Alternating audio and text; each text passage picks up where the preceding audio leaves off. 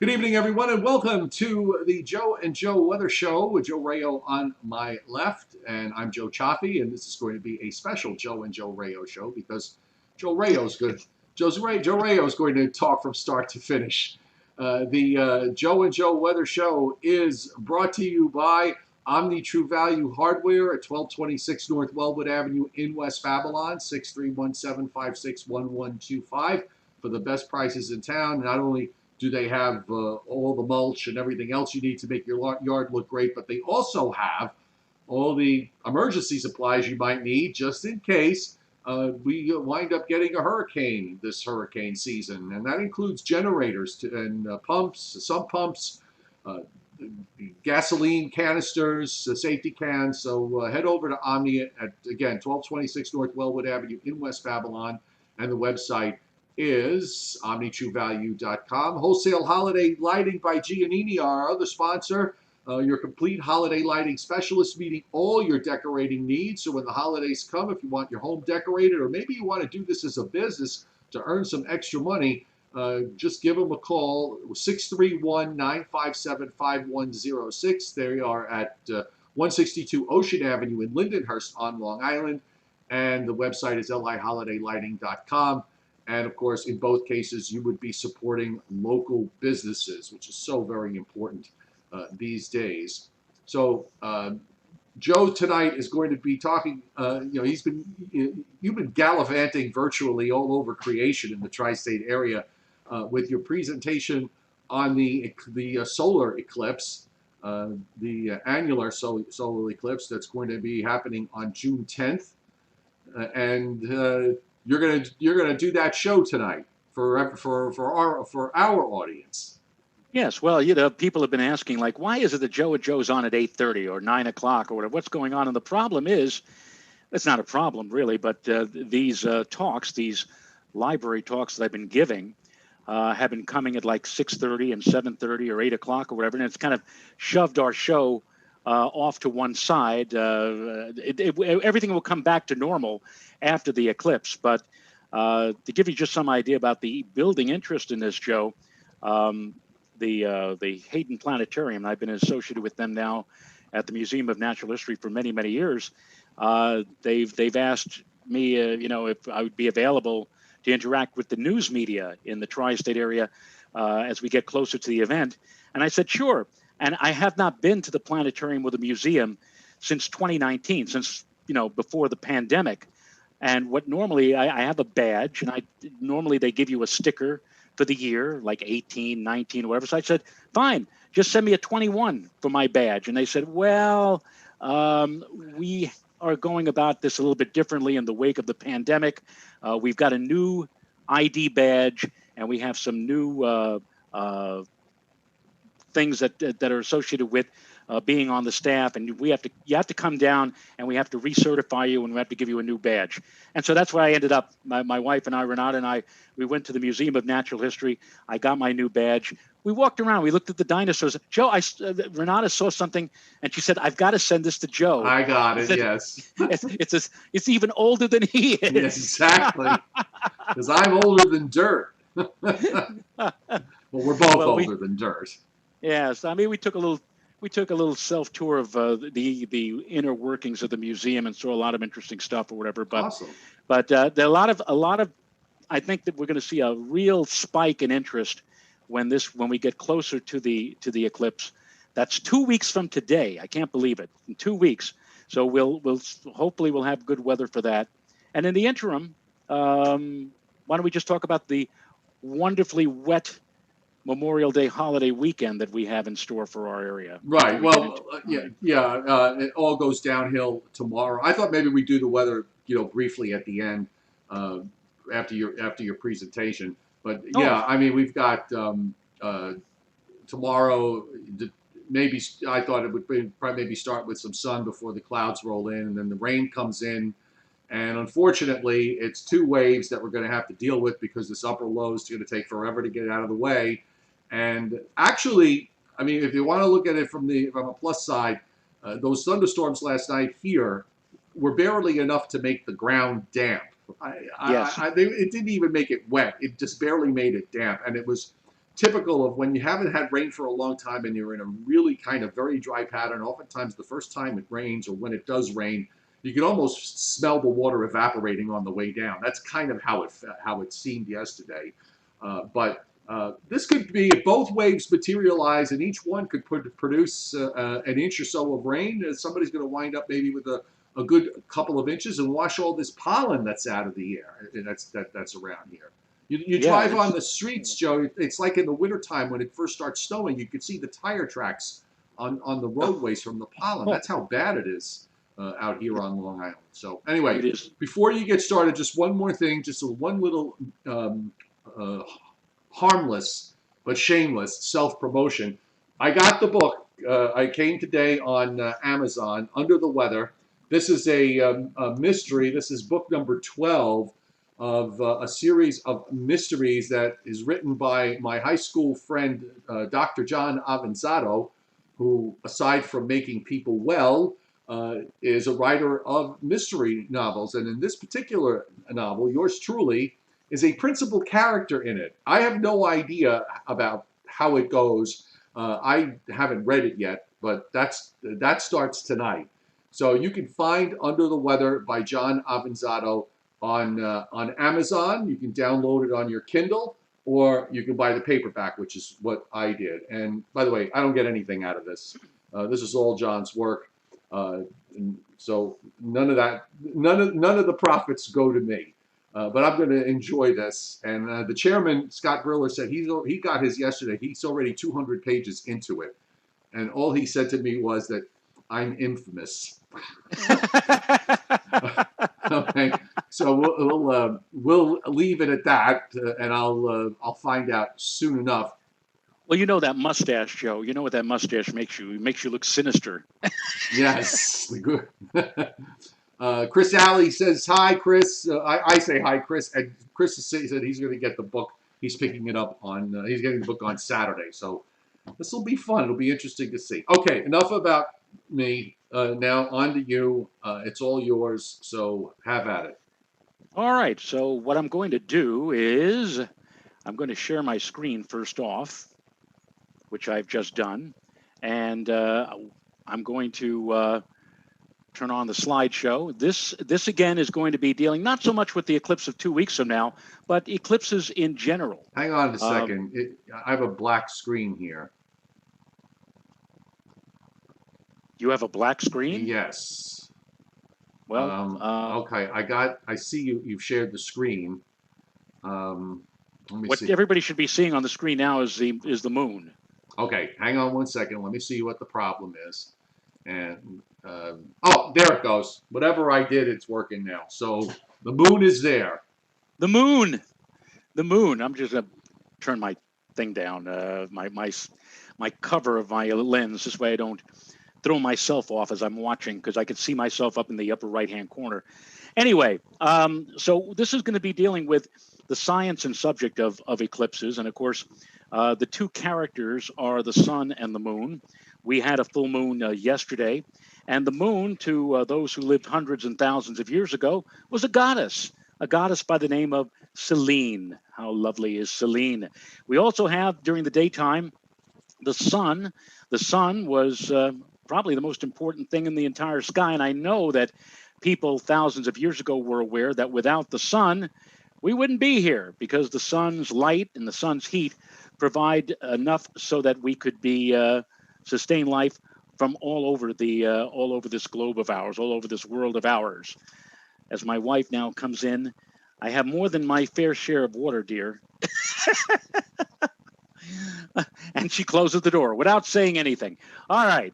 So the sun was also a god, at least in the minds of those who lived hundreds of thousands of years ago. The god was Apollo. And Apollo, as you know, appeared over the eastern horizon riding a chariot, in which he carried the sun across the sky during the course of the day. And then when the day came to a close, he would disappear beyond the western horizon, and we would be back into the night hours. To lose either the sun or the moon was probably the most tragic of circumstances to those who used to watch the sky, and we have many stories about that. One of these is from the Chinese chronicles from 41 centuries ago. The story goes that the day was very bright. The great sun hung motionless in the sky among the Yangtze Valley. The Chinese storyteller records what happened next.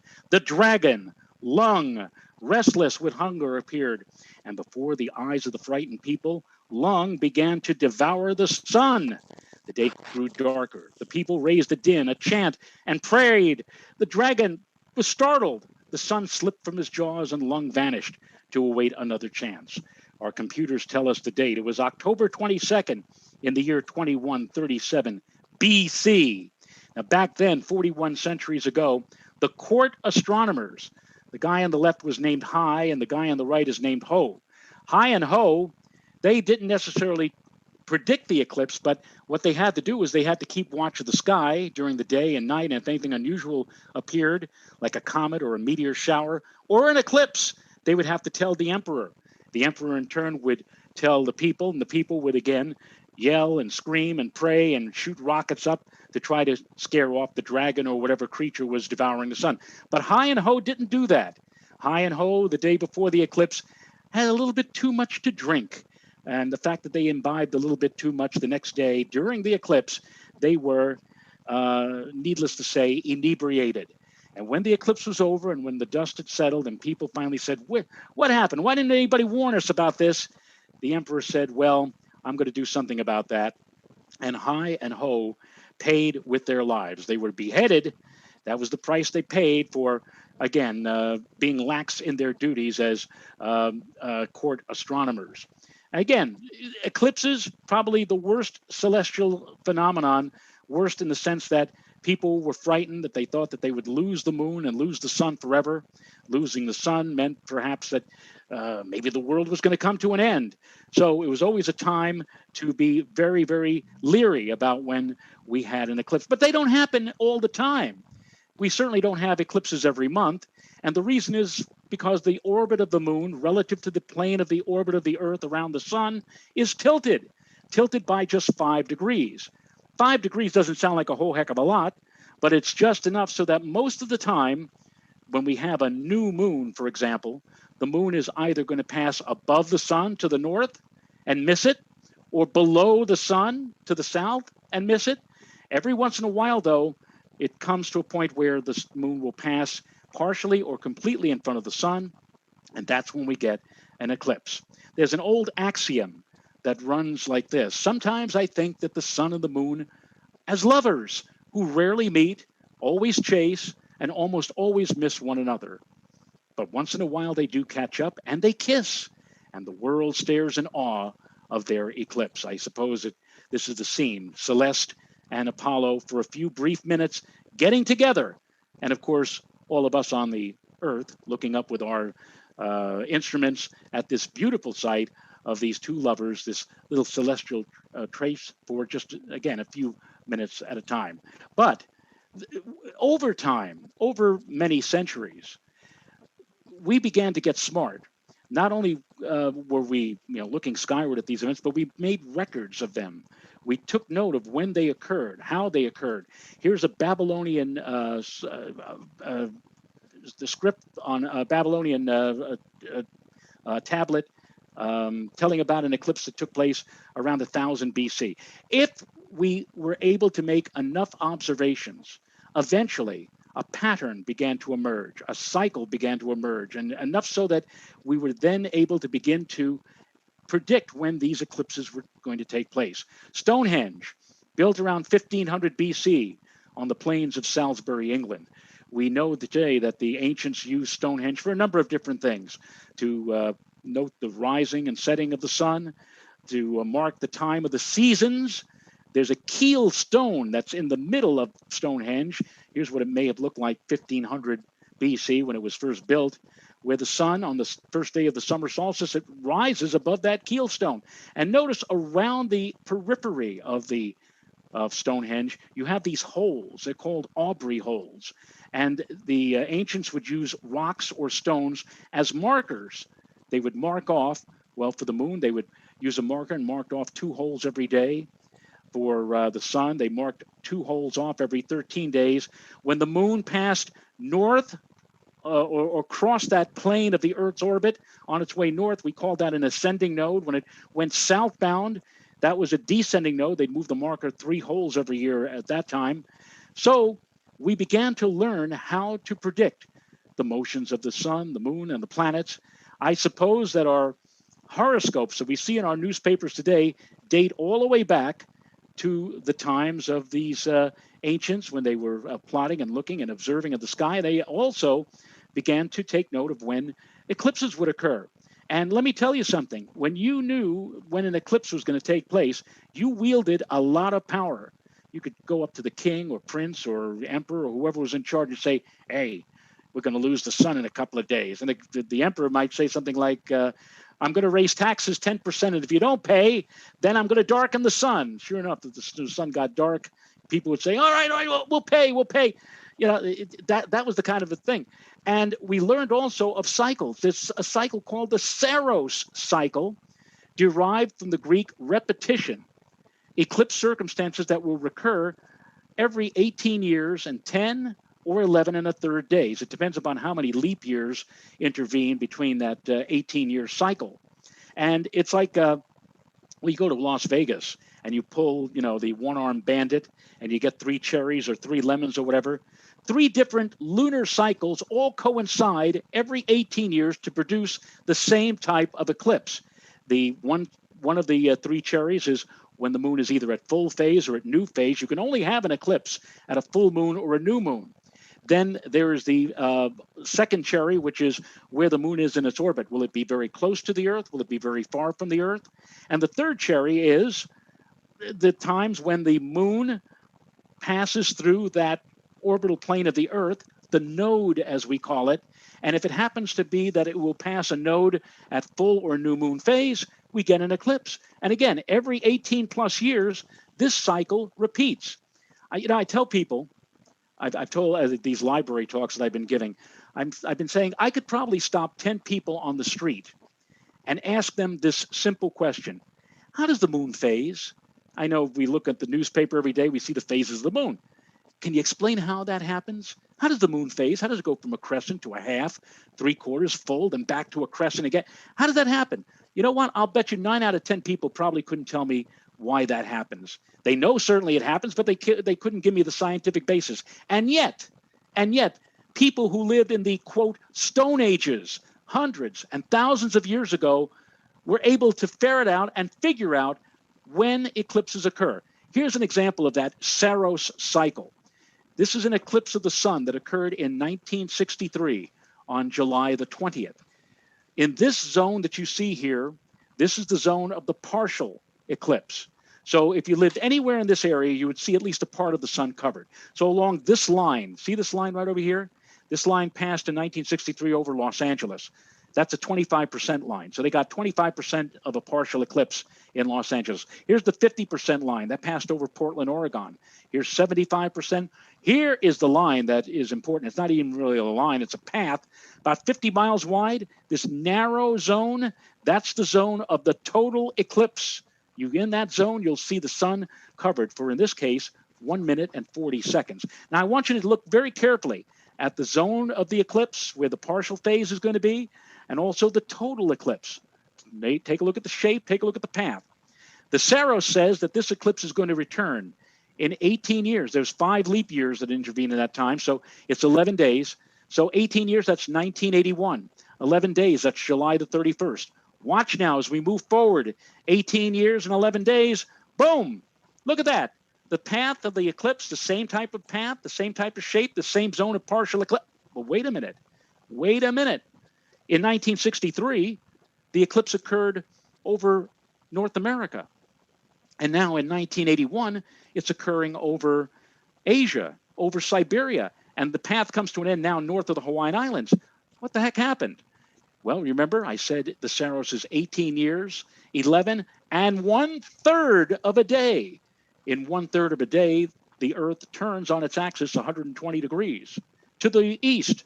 So that means that over an 8-hour time frame, the path of the eclipse, when it comes back 18 years later, is not going to be over the same part of the world. It'll be over a different part of the world. In this case, Asia instead of North America. Now let's do it again. Let's go another Saros cycle, 18 years, 11 days, 18 years plus 1981, that's 1999. And 11 days, that would take us to August 11th. And if we move forward one cycle, again, look, the path of the total eclipse, the same type of path, the same area of the partial eclipse that's visible, but this time, because of that third of a day, now the Earth has turned 1/3 of a way, and the shadow started over just south of Nova Scotia, over the Atlantic Ocean, over Europe. First time in over 40, almost 40 years, Europe was going to be treated to a total eclipse. They made a big deal about that in 1999. And then the shadow continued, ending over the subcontinent of India. One more time, 18 more years. But this time, 4 leap years intervene in that 18-year period. So not 11 days, more like 10 days.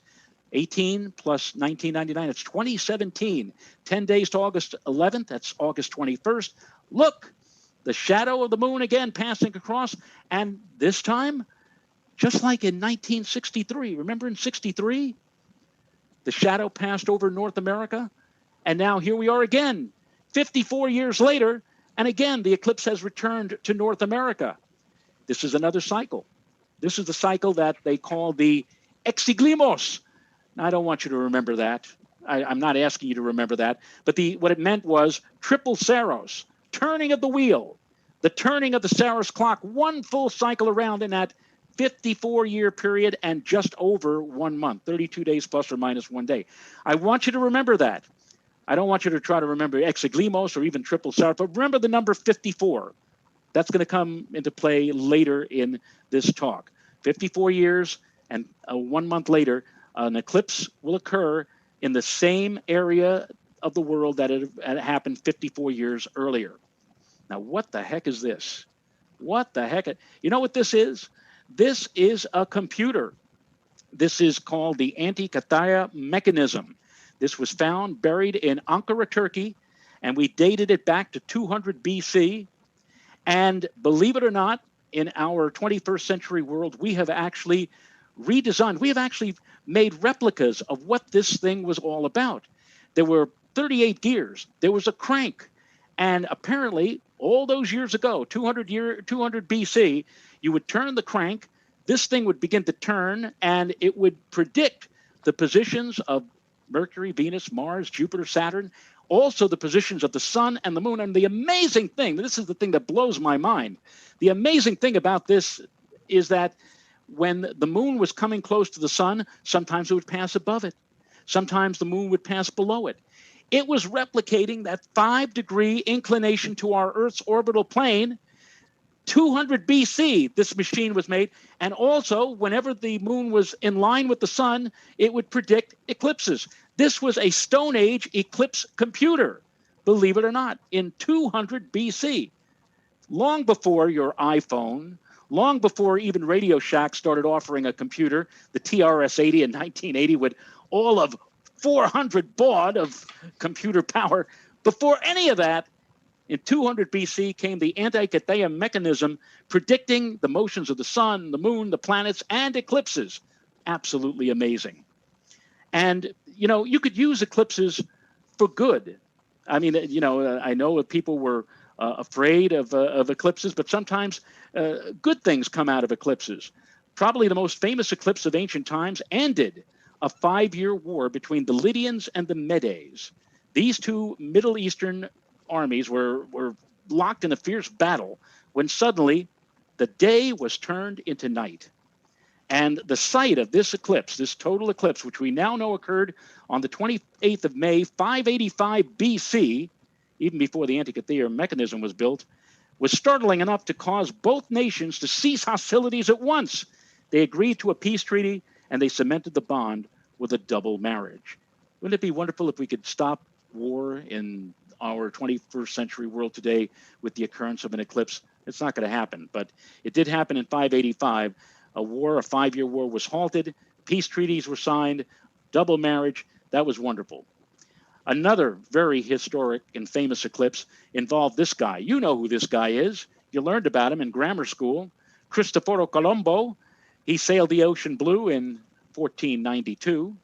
In fact, Christopher Columbus didn't sail just once. He sailed across the ocean 4 times. and visited new worlds and new islands in his trip. But the fourth expedition, that was also his last expedition, he very nearly ended up going nowhere. We may have, in the encyclopedias, we may have put Christopher Columbus with a question mark, 1503, because we may not have known what happened to him after that time. Because in 1503, on his fourth voyage, he found himself stranded on the island of Jamaica. His ship was damaged beyond repair. Provisions were running low. He knew that there would probably be a caravel, a rescue caravel from Europe, but he thought it was probably going to happen in a few days or maybe even a few weeks. He didn't realize it was going to happen much longer than that. And in the time frame that he was waiting, in order to get food and water from the Jamaican natives, he traded.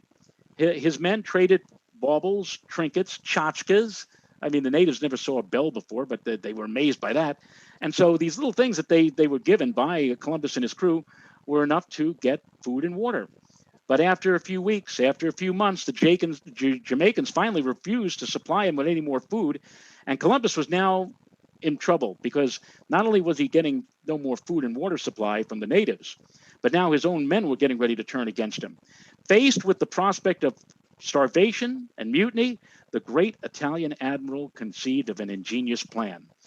From his navigational tables, he knew that on the last day of February in 1504, there was going to be a total eclipse of the moon. And that eclipse was going to begin as soon as the moon came above the horizon.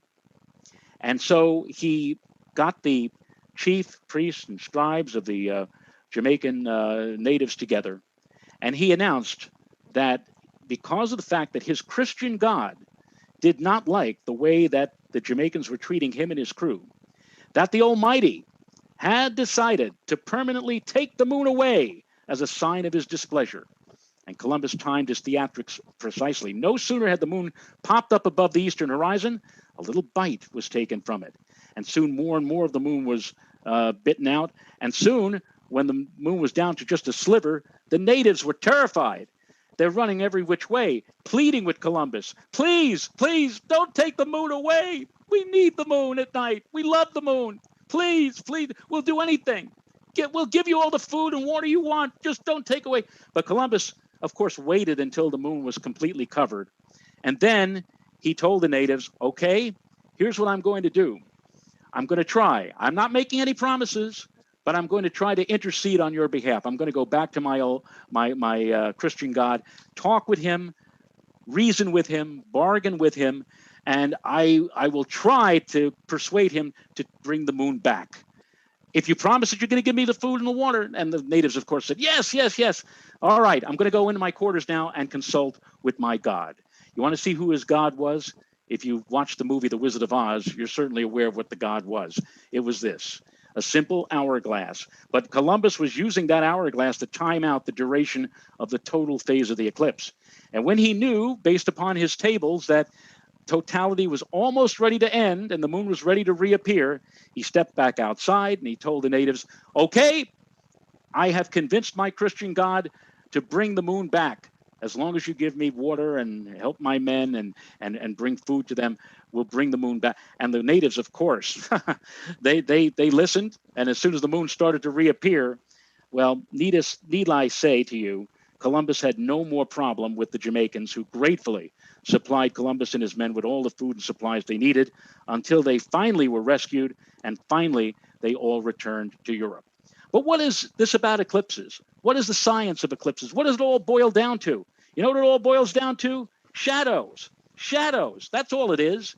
You know, the sun shines, lights up the solar system, causes shadows from the planets. You throw a shadow. I throw a shadow. Maybe you remember Robert Louis Stevenson and his little poem, Little Shadow. I have a little shadow that goes in and out with me. And what could be the use of him is more than I could see. I'm going to show you something right now. This was from a playoff baseball game between the Washington Nationals and the San Francisco Giants at Pac-Bell Park in San Francisco. This was during a playoff game a few years ago. And during the game, something happened that caused everybody to stop for a few seconds. And you'll hear the play-by-play of the announcers as this unusual event took place. Be a big pitch for Madison. And with it shadow being cast mid-pitch as a result of a blimp or a plane flying overhead. It's 2 balls and a strike to LaRoche. Even Adam had to look up and say, what is going on here? That would be the blimp. The lights went out. No clouds. Beautiful sunny day. It's hard enough to hit Madison Bumgarner. Well, you can see, just like the play-by-play announcer said, what happened? The lights went out. And that is a microcosm of basically what happens when we have an eclipse of the sun. There you see the giant shadow of the blimp on the baseball playing field. And of course, as you saw, it was moving along. Now I'm going to show you something else, something rather similar, a different type of shadow. This was taken from the now defunct Mir space station back in 1999 as it was flying over Europe. This is not the shadow of a blimp. This is the shadow of the moon, this dark blotch. And this is not a baseball field. This is the Earth. This is our Earth. Remember, I mentioned that Europe did not see a total eclipse for almost 40 years back in 1999. And here is the shadow as seen from 250 miles out in space, looking down on the Earth. And if you were in that dark blotch, you got a chance to see one of the great spectacles of nature, a total eclipse of the sun. So we're going to talk about eclipses of the sun in a moment. I want to just get the eclipses of the moon out of the way. As I said, the sun shines, the Earth casts a long, conical, dark shadow into space for almost 1 million miles. Well, the moon is only 250,000 miles away from the Earth, so there's no problem in getting the moon totally and completely immersed in the shadow of the Earth. There's plenty of room, and we know that the moon does not shine on its own. The moon instead shines by reflected sunlight. So it stands to reason when we lose the sunlight, when the moon is deprived of that sunlight, it should go dark. It should totally disappear, right? But it doesn't. Here's a composite of a total eclipse of the moon. You can even see how the shadow of the Earth here is circular, and you see the composite photographs here as the moon is moving into the shadow and getting more and more covered, and it finally is completely covered. But look at the moon. It doesn't black out. The moon actually lights up a reddish or coppery color. Why is that happening? Well, think about this for a moment. If you were an astronaut and you were on the surface of the moon when a total eclipse of the moon was taking place, well, what are we talking about? What are we seeing in our lunar sky? Well, first of all, you have to understand a little bit about the atmosphere. Our atmosphere, it acts like a lens, and when the sun is high in the sky, the short wavelengths of light. Remember in your earth science class when your science teacher took out a prism and broke the sunlight into different colors? Short wavelengths are tilted more toward the blue end of the spectrum. When the sun, however, is low in the sky near the horizon, when it's rising or setting, the wavelengths, the light, is taking a longer path towards your eyes. Longer wavelengths tilt more toward yellows and oranges and reds. That's why when the moon and the sun get low to the horizon, you see that ruddy color. And again, the atmosphere acts like a lens. Now, from the moon, the Earth is getting in front of the sun. It's an eclipse of the sun from the moon. But when you're looking up at the moon, looking up at the Earth, I should say, during an eclipse of the sun from the lunar surface, again, we're in the shadow of the Earth. We should see darkness, but the atmosphere bends the light of the sun along the edge of the Earth and onto the surface of the moon. And again, what is that color near the edge? It's the red color. It's at totality, during a total eclipse, the combined light of all the sunrises and sunsets on the surface of the Earth at that moment is what's lighting the moon up with that red or orange color. And that is why the moon doesn't disappear, but again, turns that orange or copper or ruddy color, as some call it, a blood moon. And interestingly, total eclipses of the moon occur less frequently than total eclipses of the sun. Yet I'm sure everyone who's watching and listening to me right now has probably seen at least once in their life, and probably several times in their life, an eclipse of the moon. But maybe most of you have never seen a total eclipse of the sun. So how is it if something that occurs less frequent is seen more frequently? It's because of the region of visibility. Remember I told you earlier, for a total eclipse of the sun, you need to be in that narrow path cast by the shadow of the moon. And it's only about 50 or 100 miles wide. But during a total eclipse of the moon, everybody who is on the dark side of the Earth and has the moon in their sky when the eclipse is occurring will see that eclipse.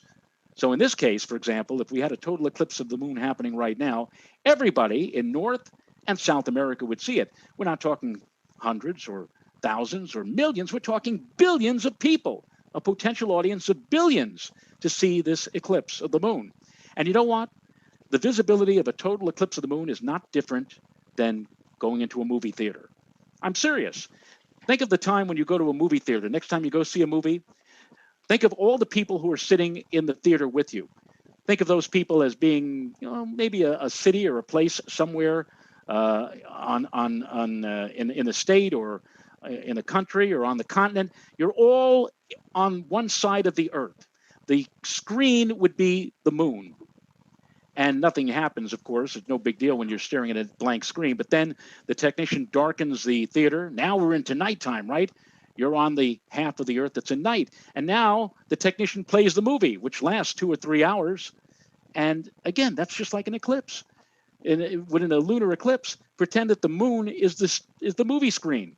No big deal most of the time. You look up when you see a full moon.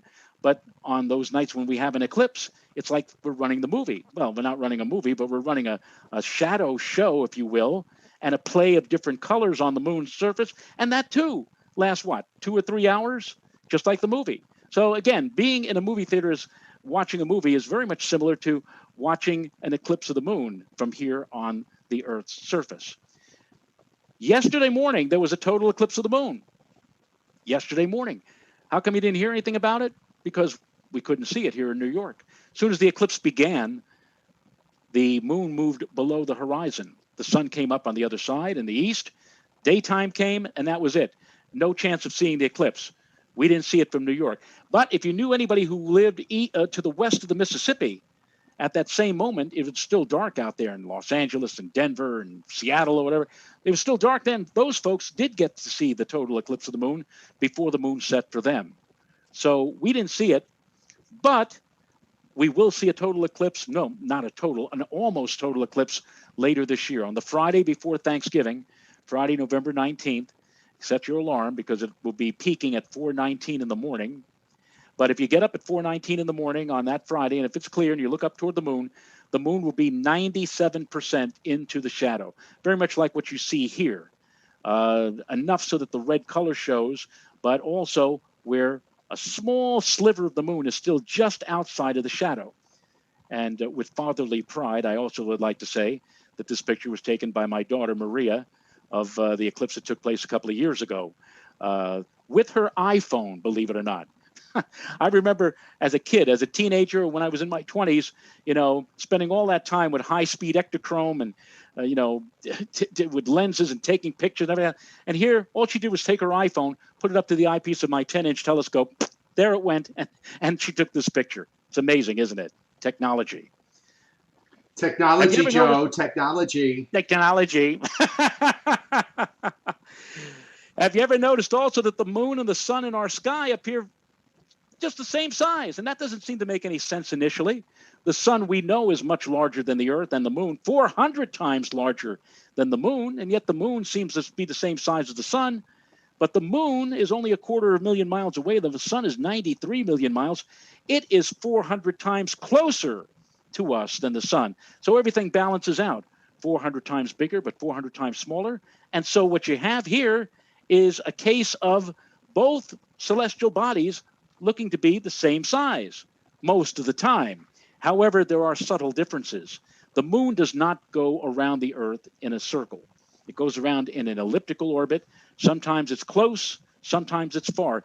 Yesterday, for example, along with having a total eclipse of the moon, some of the news media were making much about the fact that it was a super moon because the moon was full and it was closest to the Earth, about 221,000 miles away, what we call the moon at perigee. But 2 weeks later, when the moon is moved to the opposite side of its orbit, the moon will be at apogee, farthest from the Earth, 253,000 miles away. There's a variance of about 12% in the distance between close and far.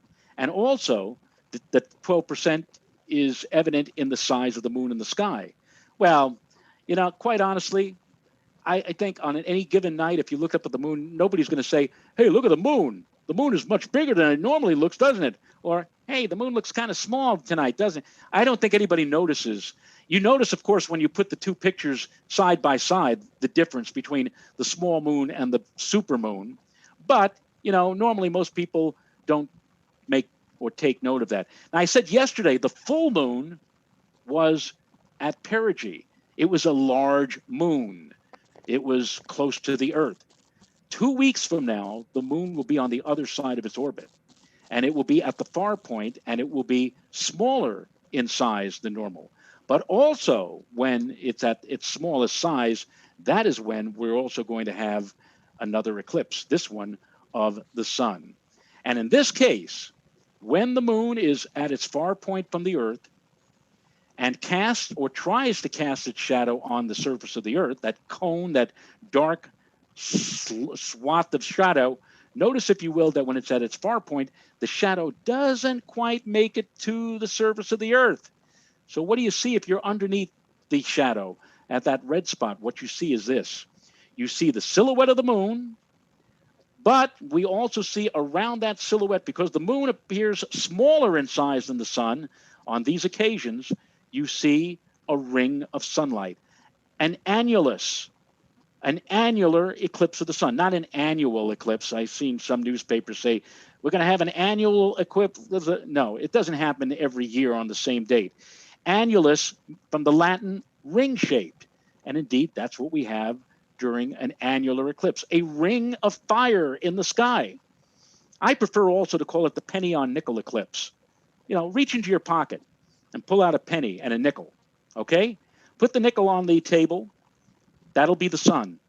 And then put the penny on top of the nickel. That'll be the moon. I challenge you to cover the sun or cover the nickel with the penny. You can't do it. The best you can do is have a ring of nickel around the circle of the penny. And that's exactly what's going to happen in the sky in 2 weeks, an annular eclipse of the sun. And this eclipse occurring at sunrise north of Lake Superior in Canada should really be a spectacular sight. Look at that. At sunrise, the sun morphing into that ring of fire in the sky. And especially when we have an eclipse like this occurring at sunrise and sunset, you get the red and yellows and orange colors. It's a beautiful sight. And this is the path of the annular eclipse in 2 weeks.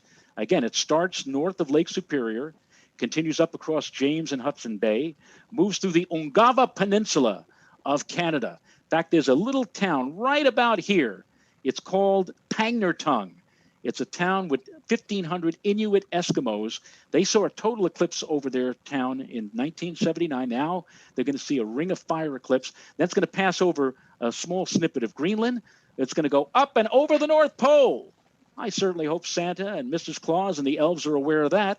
It'll be a cheerful change from the humdrum morning fare, I can tell you. And then sliding over the top of the Earth and coming to an end over the northeastern portion of Russia, Siberia. So that's the eclipse track. It's going to be unusually wide because the shadow is going to strike the Earth at an oblique angle. These ellipses that you see here is the footprint of the shadow. And this is going to happen in 2 weeks. And I know so many people, I have friends who are eclipse chasers who made plans to see this great spectacle in Canada. They were all planning to convene somewhere north of Lake Superior to watch this sight and look at it, enjoy it, and it's not happening. No, the eclipse is going to happen, but those people who made plans and reservations, that's not going to happen. You see, I realize the pandemic is coming to an end. Things are opening up. Ballparks are allowing more people in. Broadway shows will soon be playing. Soon the schools will be filled again. And hopefully by later this year we'll be done and we will have left the pandemic behind. Slowly but surely, as Governor Cuomo said, the valve is opening. But unfortunately, the valve is not opening enough or fast enough to allow for the border of Canada and the United States to open up. Nobody from the United States is allowed to visit Canada and vice versa. Heck, the Toronto Blue Jays are playing all their home games in Florida. So unfortunately, sadly, for the people who made plans to go to Canada to see this beautiful ring eclipse, it ain't going to happen if you don't live in Canada because you're not allowed to because of the pandemic. Here's an animation of what will happen in 2 weeks. The circle, the ellipse of red, that's the area where the ring will be visible across Hudson Bay and North Pole and Asia. But notice that big, huge shadow, that penumbra, that covers most of eastern North America, Greenland, the polar regions, even Europe. Our friends in Spain and Lisbon, Portugal, and the UK and Sweden and Norway, they too, on that day, will be able to see at least a part of the eclipse of the sun. All right, so how about us? What are we going to see? 3 lines on this map. This line that you see here, see this line? That is the limit of the eclipse. If you live anywhere south and west of this line, you ain't seeing anything. So, Joe, I'm not sure where you are relative to this line. You either are right on the line, or you're either going to see a small little bite taken out of the sun, or you may not see anything if you're just below this line. I got the mountains in the way. I won't see anything at all. You won't see anything at all. All right. Well, stick around for a couple of weeks. You'll be able to see. Never mind.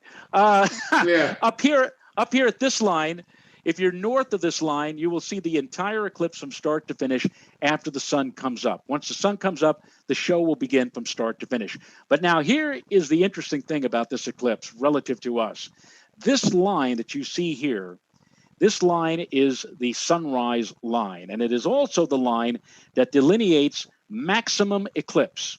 In other words, for us here in the tri-state area, the eclipse, the first half of the eclipse will not be visible.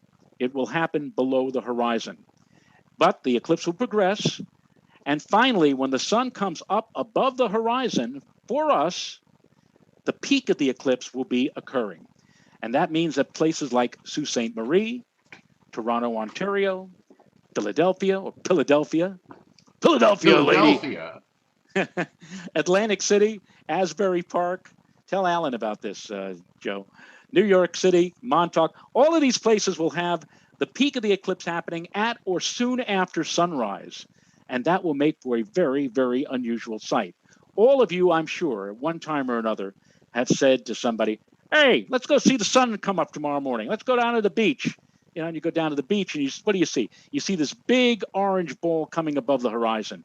That has happened probably every day of your life.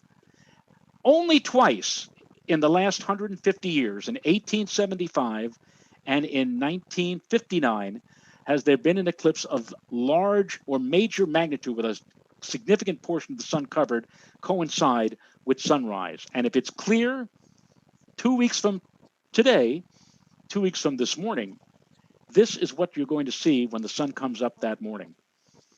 That's going to be the most unusual sunrise I think anybody has ever seen, at least in this area, for a very long time.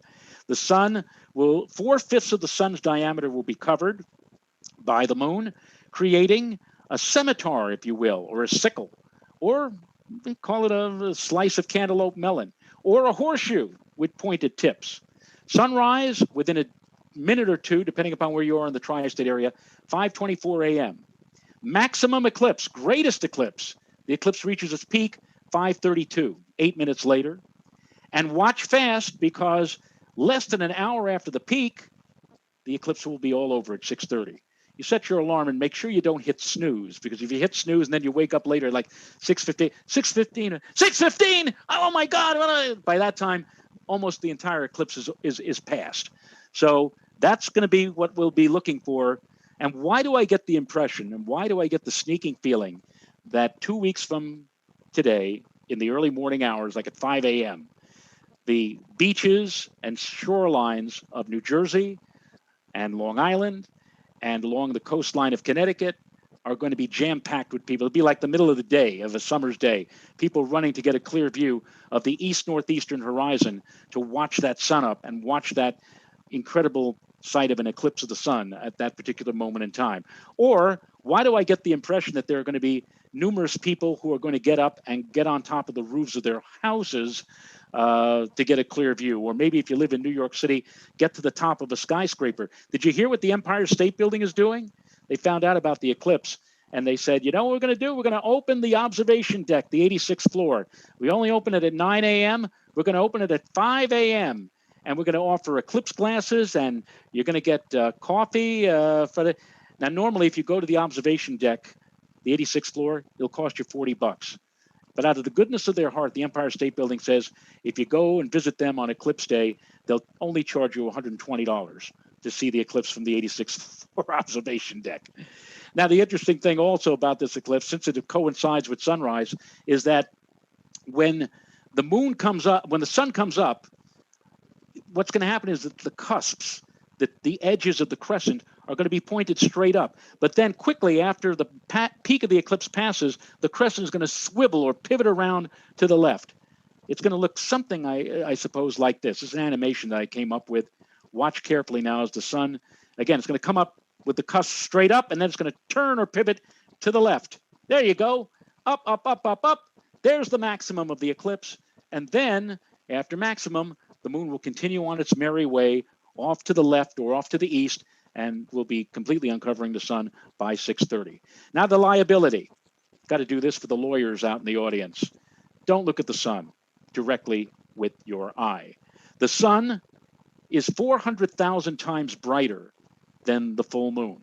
The sun also has, along with the visible rays, it has the ultraviolet or UV rays. Those are the rays that give you a suntan. Also infrared rays. You don't want any of that falling on the retina of your eyes. Now, the funny thing is, people think when they hear about an eclipse coming up, they think it's the eclipse that is the danger. They think that because we have an eclipse, it's dangerous to look at the sun. 4 years ago, when we had the eclipse in 2017, a phone call came into the Hayden Planetarium. It went something like this. Ring. Astronomer picks up. Good afternoon, Hayden Planetarium. Yeah, hi. How you doing? I have a question about the eclipse tomorrow.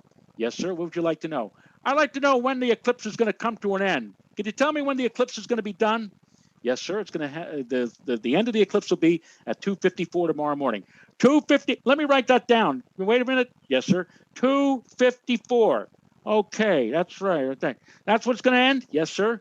All right. So 2:54. After 2:54, I can look at the sun, right? No. No, you don't look at the sun after the eclipse is over. You don't look at the sun before the eclipse. You don't look at the sun during the eclipse.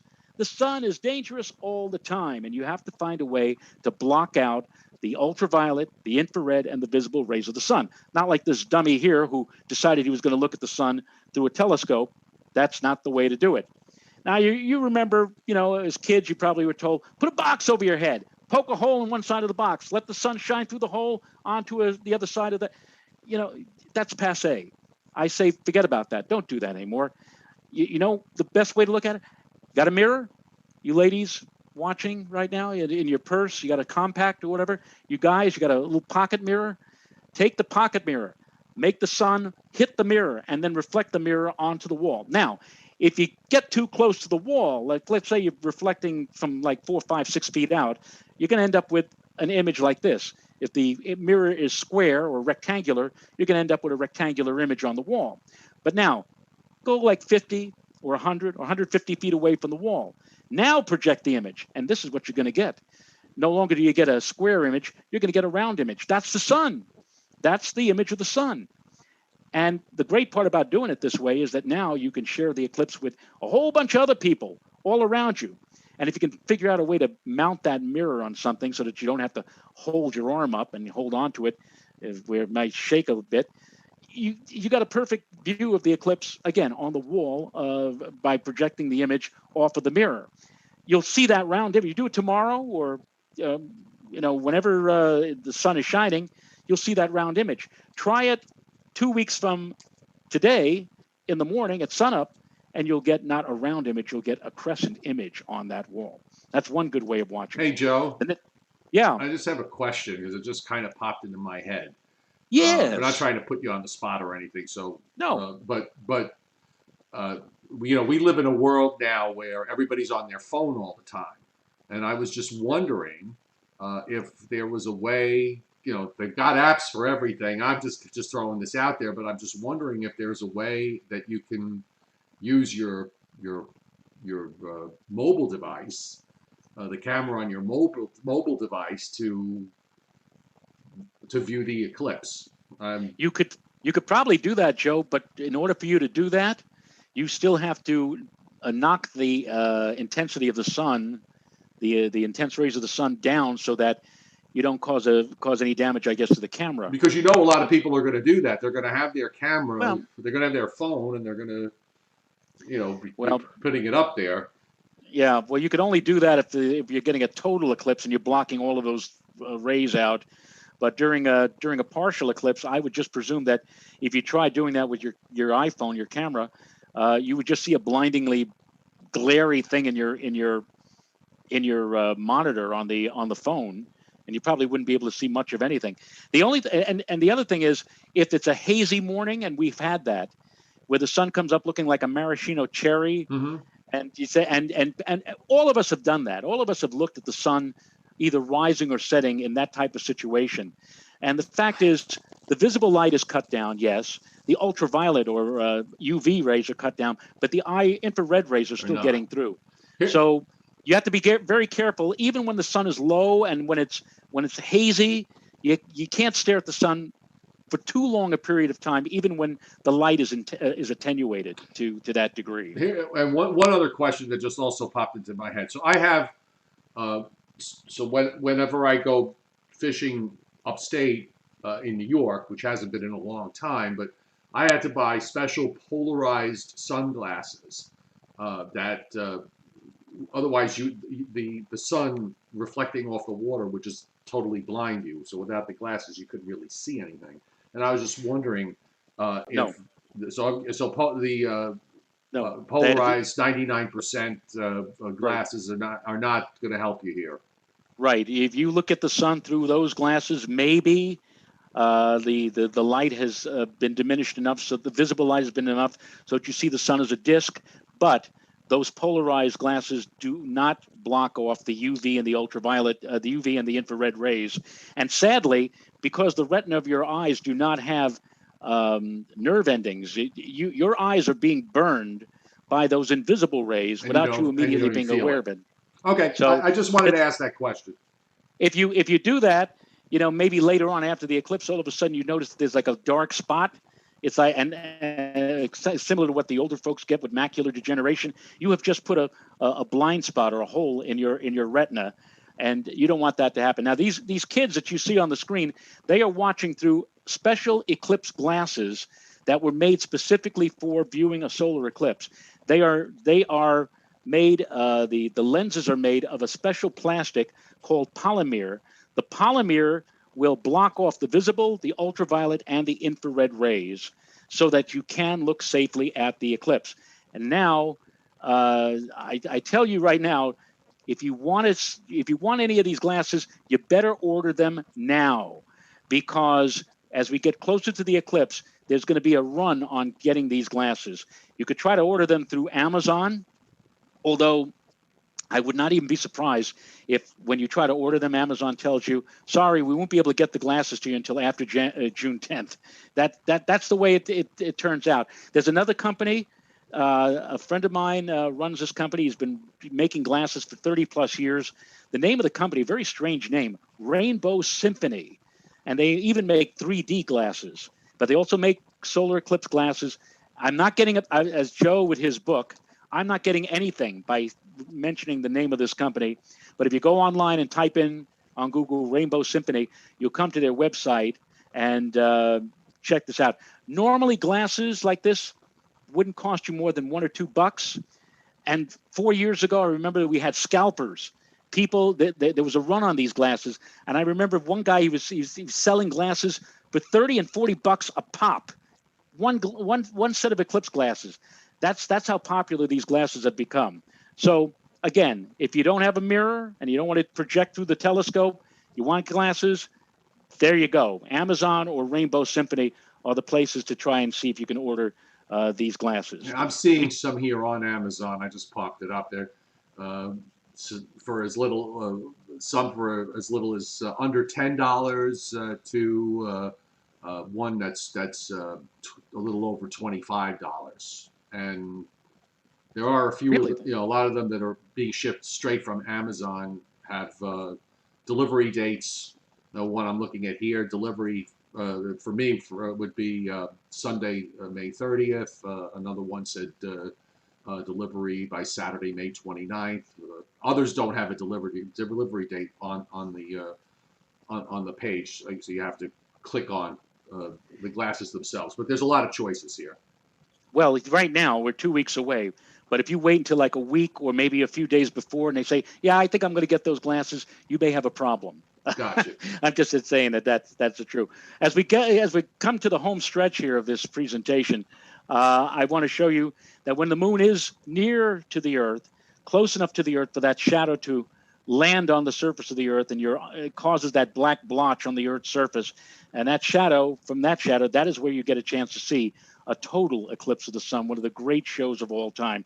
Now, if you're of a certain age, like Mr. Chiaffi or yours truly, you may remember that there was a Saturday afternoon back in 1970, March the 7th of 1970. We had a total eclipse of the sun, the path of which went across the Gulf of Mexico, across the southeastern United States, went out to sea. Look at this.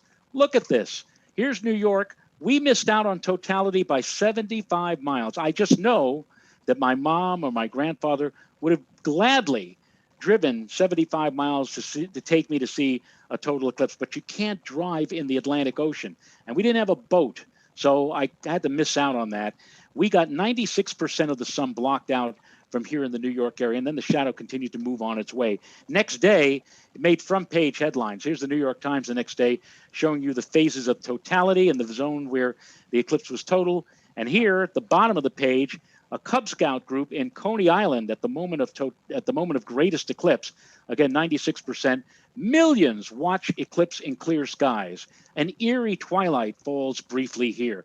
That was a great eclipse, and that was a great thing to see and observe. How I wish we could get an eclipse like that to be visible from our part of the world once again. Another chance at that. Wait a minute. Hold on. Remember back at the early part of this talk, I said the exiglimos, the turning of the wheel. What was that cycle? 54 years, 32 days, plus or minus a day. All right. Well, that was 1970, right? So 1970 plus 54, that's 2024. That's only 3 years from now. And 32 days, actually, it's going to be more like 31. So add 31 days to March the 7th, you come to April the 8th. And look, again, not exact, but pretty much the same, a replica of the eclipse of 1970 coming back to return. But this time, instead of the path being to our east, across the southeastern states and out over the ocean, the path of the total eclipse this time is going to go from Mexico to Texas to Oklahoma, Arkansas, Missouri, a small strip of Kentucky, Illinois, Indiana, Ohio, northwestern Pennsylvania, and coming to the Empire State, New York, and then moving into New England. And take a look. Look at this, a close-up view. Once again, we have the footprint, if you will, 120 miles. That'll be the zone of the dark or total phase of the eclipse. There's the shadow. And this shadow is moving. It is trucking along. It's moving at about 2,500 to 3,000 miles an hour. So even though it's 120 miles wide, it ain't going to be on top of you for very long at that speed. But look at the track moving over the Ohio Valley, moving through the eastern Great Lakes and up into upstate New York. And if you want to see specifically towns and cities, along the blue line that you see here, totality will last 3 minutes and 45 seconds. So Buffalo, there's as good a reason as any to go to Buffalo. And I could tell you now, the Buffalo Chamber of Commerce is already working on plans to lure people to come to beautiful Buffalo for the total eclipse. Rochester, not too far from the center line. Watertown, Harry Chapin, the great singer, rock singer from many years ago, he said, I went to Watertown. I spent an entire week at Watertown one afternoon. Plattsburgh. And here, the edge of the eclipse, the totality path, Belmont, Penn, Syracuse just inside the path, Rome just outside, Ticonderoga on the edge. Here's where we are, New York. We're sitting in 93% of a partial eclipse. And you say to yourself, well, Joe, that sounds great. 93%, I'll buy that, I'll take that. No, you don't take that, because you need to see every little bit of the sun covered. You need to knock out the smallest little bit to get into the full grandeur, the full show of a total eclipse of the sun. As beautiful and as interesting and as spectacular as what we're going to see 2 weeks from now at sunrise, it is the total eclipse that is so incredible, so phenomenal. The moon moves slowly in front of the sun, and at first it just appears to be a small bite. Then the bite gets larger. The sky gets to dim. You begin to know why this moment was so terrifying to early man. Now the moment approaches when only the blinding crescent of the sun becomes visible. And then there's the last little remaining bit of sunlight shining through the craters and mountains on the moon. And that creates a spectacular effect called the diamond ring. And then we have the cosmic vision of a lifetime. The corona, the outer atmosphere of the sun comes out. Totality. And with that also, around the edge of the sun, red ruby tongues of hydrogen gas called prominences. Now I'm going to play for you a small snippet of a man who I had the greatest admiration for. He passed on in 2007, but he was for many years the senior lecturer and a very, very good friend, one of my mentors at the Hayden Planetarium, Dr. Fred Hess. He was also a professor of physical science at SUNY Maritime College, Fort Schuyler. You've seen that under the Throgs Neck Bridge. He was a teacher there for many, many years, won the Chancellor Award for being one of the best teachers in New York State. I once asked him, Fred, how do you do it? How is it? So many teachers I know, so many people, and Joe will, we remember people when we were taking meteorology at City College who would put us to sleep. Fred, no one ever fell asleep during a Fred Hess lecture. And I said, Fred, how do you do it? How do you, can you tell me what your secret is? And Fred said, Joe, it's all a matter of telling a story. If you can tell a story or a bunch of stories, the best teachers are the ones that can tell a story. And of course, it also helped that Fred had a vibrant, resonant voice. Well, he took his physical science class in 1979 to Lundar, Manitoba, Canada, 30 degrees below zero. And yet nobody felt the cold. You know why? Because they witnessed the greatest and grandest event that they will ever see in their life, a total eclipse of the sun. I'm going to play you this snippet of audio tape now of Fred and his class as they watched as the shadow of the moon passed over them and enjoyed the spectacle of a total eclipse of the sun. Hey, diamond ring! Look at that diamond ring! Yes, look! Hey, what's up? Beautiful. Hey, look at the prominences. Beautiful. Anybody with binoculars, look at the prominences. They're absolutely fantastic. Yeah. Right.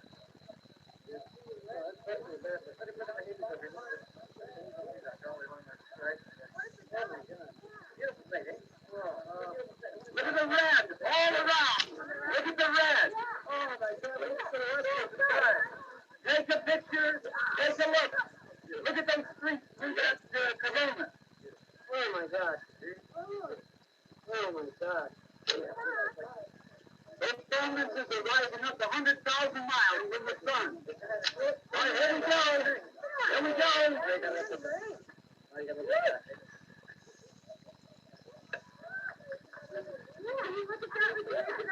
Now it's time to put it on, though. Put the feathers on it. Put the feathers on. Did you see those diamond rings? Oh, yeah. How about that? Look over there. There goes the shadow. Look at that. Everybody see that? Look at it. Come on!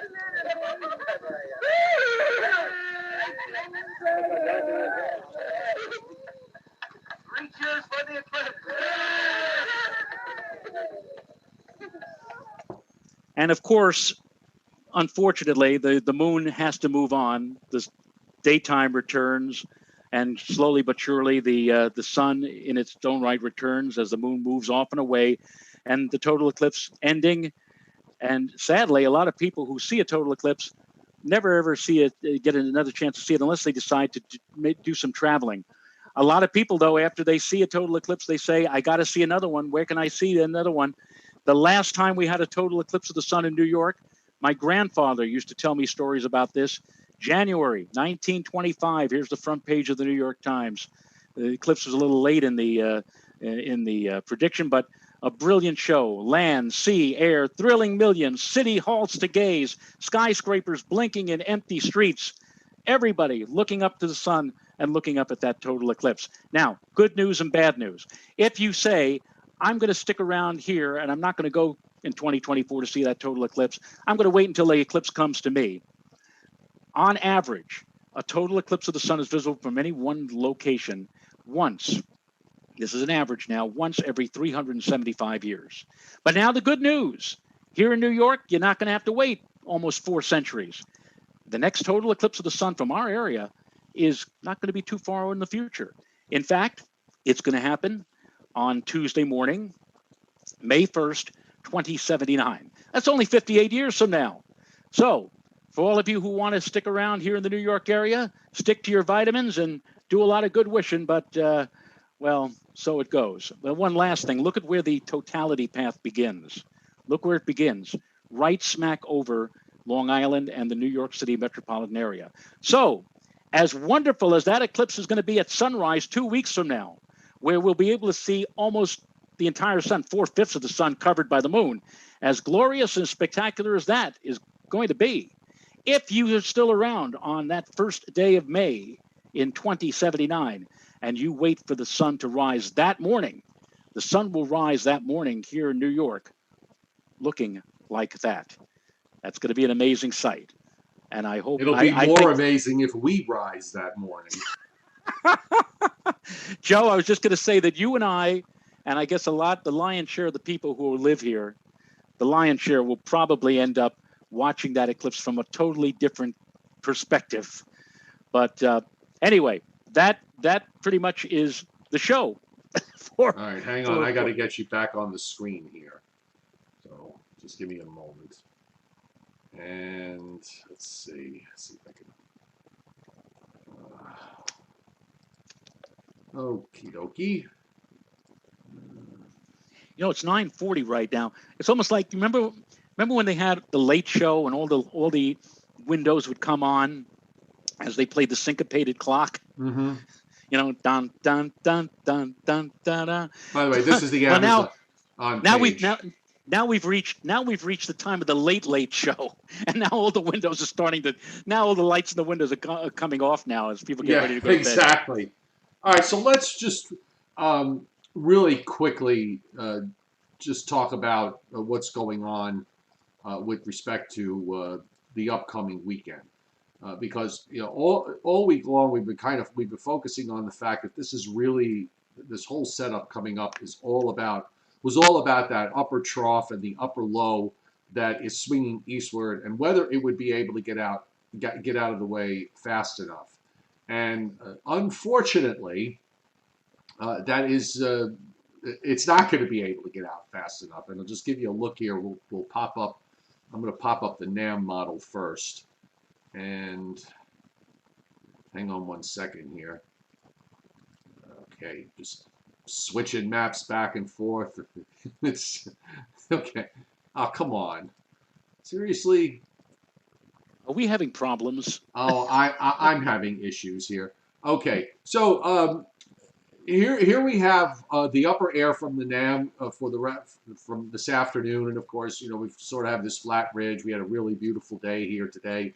Temperatures up into the 80s, low humidity, lots of sun. Now here comes the upper trough from the west across the Great Lakes, and you notice our flow here starts to back more southwesterly.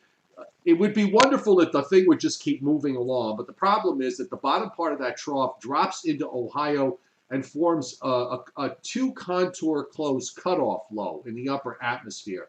And by the time we always figured through all of this that we were going to lose Friday night, we were going to lose late Friday and Saturday, and the question was whether we would be able to generate some improvement. And because the upper low is cutting off the way it is, we actually have a southerly flow aloft. And we are really kind of deep into this southerly flow. So that means moisture from the Atlantic is going to come surging northward and producing rain. I think the question is how far west does the steady rain get? And this is, again, for Sunday. This upper low is going to eventually get kicked out to the northeast, but that's not going to happen until sometime early on Monday. So I think the hope for Memorial Day is that we wind up seeing some genuine improvement. And if the GFS was no different, the European was no different, maybe a little bit slower. But if you take a look at what it looks like on the surface here. So we get this surge of rain. And by the way, the NAM and even the GFS have a little bit of wet snow there upon the northern fringe of the precip, believe it or not. Come on. No, I'm talking way up in near Yeah. Toronto, and they, at one point I saw a couple of runs that had it, a little blue up in northern Vermont. But here's our surface low, which is tracking across Indiana and Ohio, and then it's going to find itself down in Virginia.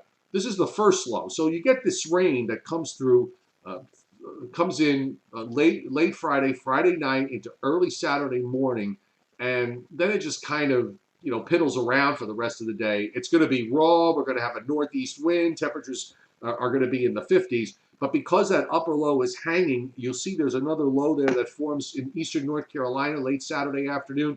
Here comes more rain up the coast with that southerly flow during the day on Sunday. And then after that, you finally can get this low to move out to the east and see genuine improvement on Monday. But Joe, doom and gloom for Saturday. I think that, and that's a lock. And gloom and doom for Sunday. Even if it weren't raining, we'd be sitting in overcast skies pretty much. We're going to be sitting in overcast skies with that wind coming in from off the water. It's just not going to be the first 2 days of this week of the Memorial Day holiday weekend are just not going to be good.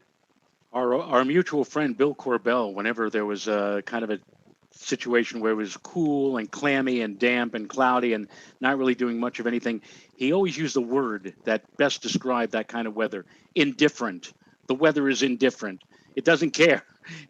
And that, I'd almost prefer to have, some heavy rain and thunder and lightning, or something to get your interest up. But when it just sits there like that, like it may very well later Saturday and Sunday. Right. I just hope you have a good book. And hey, you may want to get the good Joe book. Copy book. Yes, the good book, Under the Weather, by my buddy Dr. John Avanzato. You can get it on Amazon. And I'm the principal character in this murder mystery. There's a serial killer running around killing weathermen and weather people in New York. And I'm a central part of this story. I'm 4 chapters in. By the way, we had 2 super chat hits tonight. One from the chairman, Scott Briller, and thank you, Scott, of course, as always. And Mark G hitting a super chat nicely. Thank you so much, Mark. He thanks you for the wonderful presentation, Joe, and it was great. And this is going to be, by the way, in my it's in the video library on my YouTube channel, so you will be able to watch this again, and over or again. if you and again, and again, and again and again and again from now until June 10th.